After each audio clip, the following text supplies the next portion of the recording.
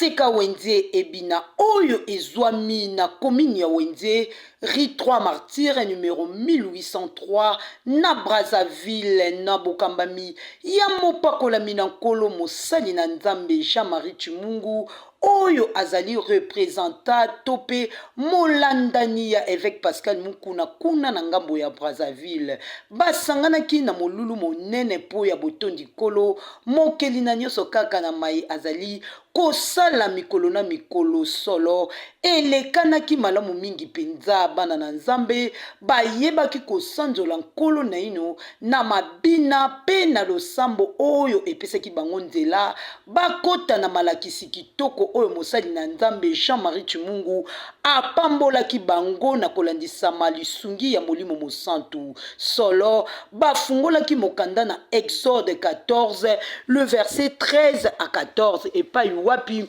mosali na Nzambe afungolelaki bango makomi esantu na kolobelaka bango na moboko na likambo oyo ba Egyptien oyo bozali komona lelo bokomona bango lisusu te elekanaki malamu mingi penza bana na Nzambe bazwaki ya motuya kouta epai na nkolo Yesu Masiya na nzela ya mopakolami na ye na suka ya milulu bana na Nzambe ya Eklezia Aseka bayebaki kosala mosali na Nzambe Jean-Marie Chimungu oyo azali tata na bango surprise ya monene pona ntina ya nteke ya mbotama na ye bayebaki kosala ye surprise oyo penza elekelaki mosali na Nzambe pe apambolaki Nzambe koleka na bana eyenkolo apesa ye na sima na manso mosali na Nzambe Jean-Marie Chimungu azangaki maloba te na elobeli ya Olivier Mukendi. Message toza nango eza message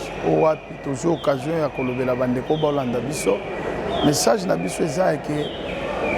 Zamba sali au grâce au côté 2025 na momoko 2025 il faut yeba eza na ba oyo balukisi yo na poison balukisi yo na bonganga na 2024 balukisaki yo na ba piège ebele batake yo basaleli yo ba complot musale kufwa makambo ebele okufela bana obela mais Nzambe na bonzambe na ye ami s'imposer au côté na 2025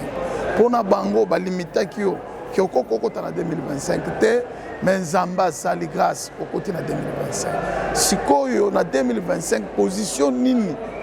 ndeko nanga ozolanda ngai okozala nango sikoyo eza position ko pema ou bien position ya okangama na Nzambe menga na kosenga yo occasion malamu ya okangama na Nzambe pona nini bato bazelaki okufwa baluki yo na accident baluki yo na poison bakoteli yo bonganga ba créer ba tension ba créer ba diabète dans autres ba kotika yo te ba koloba nini to landa ye nde message to profitaki to tanga na Exode 15:9 o wapi ba libota na Nzambe ba zwi délivrance na Égypte kobima na bango ba Égyptien batikaki bango te balandaki bango na sima na ba char de combat na minduki ya minene de façon que to sila na bango malgré babimi mais to bomba ta bango na nzela ndenge moko na yo muto zolanda biso ndeko na ngai eza na bato bolando na sima na ba char de combat ba matisi niveau bondoki ba matisi niveau bonganga baluka yo kweya ta na tension kweya ta na diabète okutana na accident okutana ta na poison kufwa baluka moyen nyonso ba faire disparaître yo des messages clairs vraiment auto réveiller conscience ya bana na Nzambe bakolo bo na pemi o na fandi nan o na zela nan te to réveiller bango conscience yake bazongela Nzambe bakangama na Nzambe bon émotion nanga na weta l'anniversaire eza esengo anniversaire toujours ezalaka